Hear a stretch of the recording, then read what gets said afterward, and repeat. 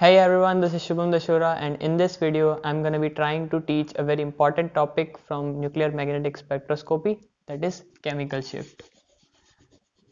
तो chemical shift के बारे में इस वीडियो में हम लोग डिस्कस करेंगे और एक अच्छा सा आइडिया लेंगे शील्डिंग और डीशील्डिंग का।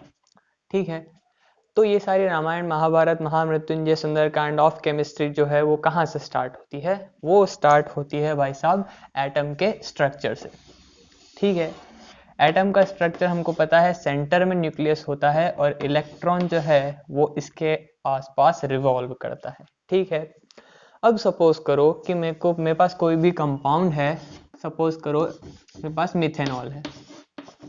ठीक है, और मुझे इसका NMR स्पेक्ट्रा लेना है। मैं इसका NMR स्पेक्ट्रा लेना चाहता हूं, तो मैं एक्सपेक्ट क्या कर रहा हूं? मैं इसमें प्रोटॉन NMR ले रहा हूं और मैं इसमें एक्सपेक्ट कर रहा हूं कि भाई साहब इसके पास 3 हाइड्रोजन हैं और इसके पास 1 हाइड्रोजन है, तो मतलब टोटल मिला के 4 हाइड्रोजन है, तो मेरे को एक ऐसी 4 हाइड्रोजन के लिए सिग्नल मिल जाना चाहिए। ठीक है, जब मैं इसका NMR स्पेक्ट्रा लेता हूं तब मुझे क्या ऑब्जर्व होता है कि इन 3 हाइड्रोजन्स के लिए एक अलग पीक आ रही है और इस बेचारे अलग से हाइड्रोजन के लिए एक अलग पीक आ रही है। तो ऐसा क्यों? ऐसा इसलिए होता है क्योंकि इसकी संगत अलग है और इसकी संगत अलग है। हम लोग ऐसा बोलते हैं ना कि जिस संगत में रहते हैं उसी के जैसे बन जाते हैं। सिमिलरली यहाँ पर इन तीनों हाइड्रोजन्स के लिए अलग एनवायरनमेंट है और इस बेचारे हाइड्रोजन के लिए अलग एनवायरनमेंट है। एनवायरनमेंट उसकी सिग्नल को अफेक्ट करता है, बहुत इंपॉर्टेंट पॉइंट है। ठीक है, अब देखो ये जो तीनों हाइड्रोजन्स हैं ये इस कार्बन से अटैच्ड हैं और ये जो मेरा बेचारा हाइड्रोजन अलग बैठा हुआ ये अटैच्ड है ऑक्सीजन से। अब यहीं से जो है मैं शील्डिंग और डीशील्डिंग में एंटर करने की कोशिश करता हूं। देखो शील्डिंग बेसिकली होता क्या है?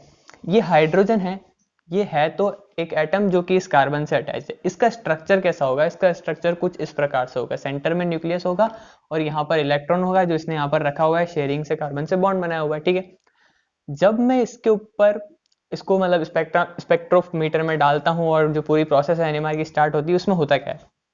मैं यहाँ पर इस डायरेक्शन में अपनी मैग्नेटिक फील्ड जो है वो अप्लाइड करता हूँ, जिसको मैं रिप्रेजेंट करता हूँ H0 से। अभी के लिए मैं क्या एक्सपेक्ट कर रहा हूँ कि ये जो अप्लाइड मैग्नेटिक फील्ड है ये इस न्यूक्लियस से इंटरेक्शन शो करेगी, उसकी एनर्जी लेवल्स में स्प्लिटिंग होगी, प्लस हाफ में और माइनस हाफ में, और फिर मैं जब इसके ऊपर इरेडिएट करूंगा इलेक्ट्रोमैग्नेटिक रेडिएशन को, जिसकी एनर्जी h न्यू से मैं रिप्रेजेंट कर रहा हूँ, तो वो इसको एब्जॉर्ब करेगा और अपनी स्पिन को चेंज करके माइनस हाफ में चला जाएगा।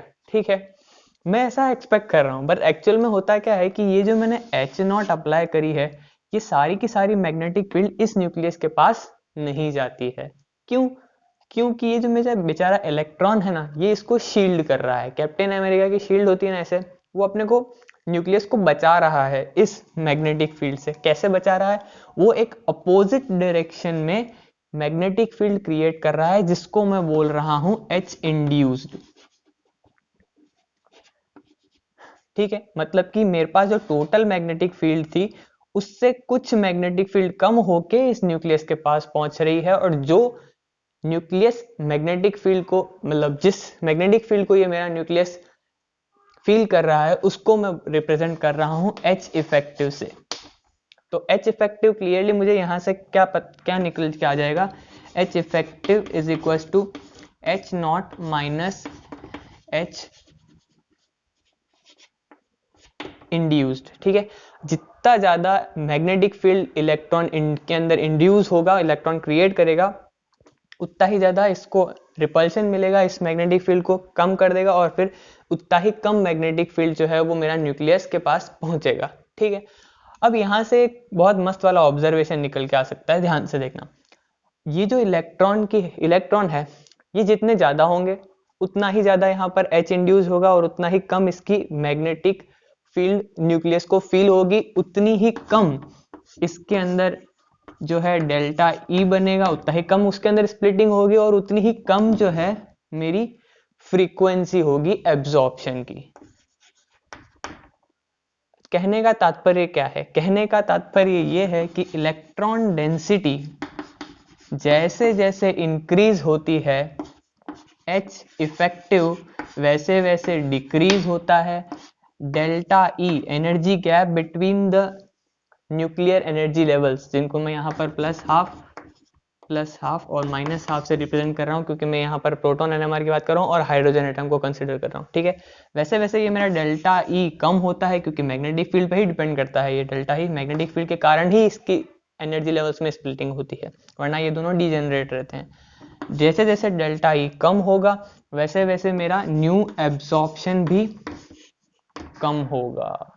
यहां से बिल्कुल क्लियर पता चलता है कि इलेक्ट्रॉन डेंसिटी का बढ़ने का मतलब क्या है। इलेक्ट्रॉन डेंसिटी का बढ़ने का मतलब है शील्डिंग बढ़ना या शील्डिंग होना। इस इलेक्ट्रॉन ने इस न्यूक्लियस को शील्ड कर लिया है, जिससे कि मैग्नेटिक फील्ड उसके पास उतनी नहीं पहुंच पा रही है, और उसी के कारण उसका जो न्यू एब्जॉर्प्शन है वो डिक्रीज हो गया है। अब यहां से एक और मस्त पॉइंट निकल के आता है।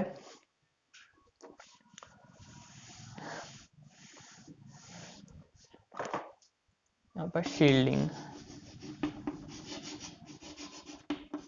ठीक है। यहां से एक और अच्छा पॉइंट निकल के आता है। देखो, जब मैंने यहाँ पर मेरा सबसे आगे तो रहता है TMS, टेट्रामिथाइल सीरेन, जिसकी हमेशा 0 पे पीक आती है और सबसे इंटेंस सिग्नल आता है, पीक कहूँगा, सिग्नल कहूँ। अब यहाँ पर जैसे जैसे मैं यहाँ पर आगे बढ़ता हूँ, ये मैंने स्पेक्ट्रा ही ड्रॉ किया है NMR का, 1 2 3 4 5 6। यहाँ से मैं एक ऑब्जर्वेशन निकाल सकता हूँ कि जो वैल्यूज इस 0 के पास में होगी वो होगा शील्डिंग का केस, और जो वैल्यूज इधर हायर वैल्यूज में होगी, जैसे 7 हो गया, 8 हो गया, 9 हो गया, 10 हो गया, वो होंगे डी शील्डिंग के केस, ठीक है।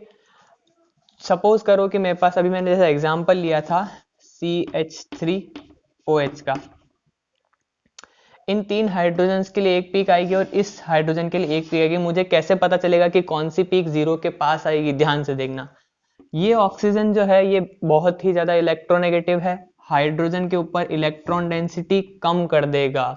इलेक्ट्रॉन डेंसिटी कम कर देगा तो इसका पूरा उल्टा चालू हो जाएगा। इलेक्ट्रॉन डेंसिटी कम करेगा, H इफेक्टिव की वैल्यू बढ़ना स्टार्ट होगी, डेल्टा ई की वैल्यू बढ़ना स्टार्ट होगी, न्यू एब्जॉर्प्शन बढ़ेगा, मतलब कहीं इधर पीक मिलेगी। सपोज कि मुझे इसका सिग्नल यहाँ मिलता है।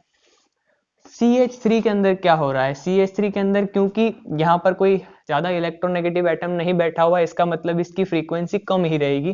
सपोज इसकी फ्रीक्वेंसी आती है यहाँ पर, जितने ज्यादा प्रोटॉन्स होंगे नंबर में उतनी ही ज्यादा इंटेंस पीक आती है। और यहाँ से मैं एक और इंपॉर्टेंट चीज पता लगा सकता हूँ कि भाई केमिकली इक्विवेलेंट और केमिकली नॉन इक्विवेलेंट प्रोटॉन्स क्या होते हैं। ये जो तीनों हाइड्रोजन्स थे, मैंने पहले बताया था कि इनका एनवायरनमेंट सेम है। क्यों? क्योंकि ये एक कार्बन से ही जुड़े हुए हैं, और जबकि ये जो मेरा दूसरा हाइड्रोजन है, इसके पास क्योंकि ऑक्सीजन है, तो ये इन तीनों से एक डिफरेंट एनवायरनमेंट है। इसी चीज को मैं बोलता हूं कि ये केमिकली इक्विवेलेंट प्रोटॉन है, और ये तीनों और ये बेचारा जो हाइड्रोजन है, ये आपस में केमिकली नॉन इक्विवेलेंट प्रोटॉन है। केमिकल जो नॉन इक्विवेलेंट होते हैं ना केमिकली प्रोटॉन्स, उनके लिए हमेशा सिग्नल अलग अलग आता है। बहुत ही इंपॉर्टेंट पॉइंट है, ठीक है। तो यहां से मुझे एक बहुत ही सही चीज मिल गई है, मैं उसको लिख देता हूं।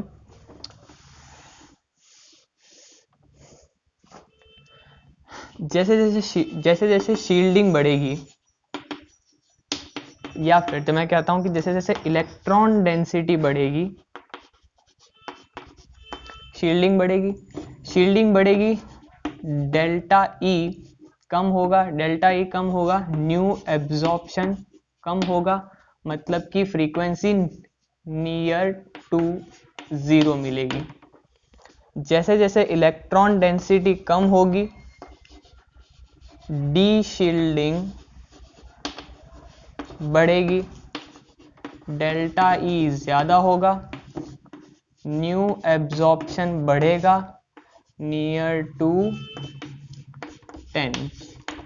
अब इस बात को दिल पे लेने की जरूरत बिल्कुल भी नहीं है कि मेरे पास अगर मैं 5 की वैल्यू आ गई तो मैं क्या करूंगा। यहाँ पर शील्डिंग और डीशील्डिंग हमेशा कंपैरिजन करके लिया जाता है। अगर तुमको बोलता है कि एक की पीक 4 पे आ रही है और दूसरे की पीक 7 पे आ रही है, तो तुम ऐसे डायरेक्टली बोल देना ना भाई कि 4 तो 0 के पास है, तो उसका केस हो गया शील्डिंग का, और 7 10 के पास है तो उसका केस हो गया डी शील्डिंग का। हमको हमेशा कंपेयर करने के चलना है कि जो इधर के पास है ज़्यादा वो शील्डिंग का केस है, जो इधर के पास है ज़्यादा वो डी शील्डिंग का केस है।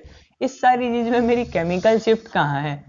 ये जो डिस्टेंस है ना इस टीएमएस से किसी भी सिग्नल का, वही है केमिकल शिफ्ट, जिसको मैं रिप्रेजेंट करता हूँ डेल्टा से। ये जो मेरा डेल्टा है यही है chemical shift. The shift of any proton that we are considering from the reference proton of TMS is known as chemical shift। इसकी वैल्यू जो है हमेशा मैं निकालता हूँ, आती है पार्ट्स पर मिलियन या ppm में, ठीक है। तो जैसे जैसे यहाँ पर न्यू एब्जॉर्प्शन डिक्रीज होता है वैसे वैसे ही डेल्टा वैल्यू भी डिक्रीज करती है। डेल्टा वैल्यू इन दोनों का डिफरेंस ही तो है। जैसे जैसे ये पीक इधर आती, ये सिग्नल इधर आता जाएगा, वैसे वैसे जीरो से इसका डिस्टेंस कम होता जाएगा, इसका मतलब डेल्टा की वैल्यू कम होती जाएगी। जैसे जैसे डी शील्डिंग होगी डेल्टा ई बढ़ेगा, डेल्टा ई मतलब एनर्जी गैप, वैसे वैसे न्यू एब्जॉर्प्शन बढ़ेगा और डेल्टा की वैल्यू इंक्रीज करती जाएगी, ठीक है। सो या this was the explanation of chemical shift, shielding and de-shielding by me. Thank you so much for watching the video. Goodbye, take care, study chemistry.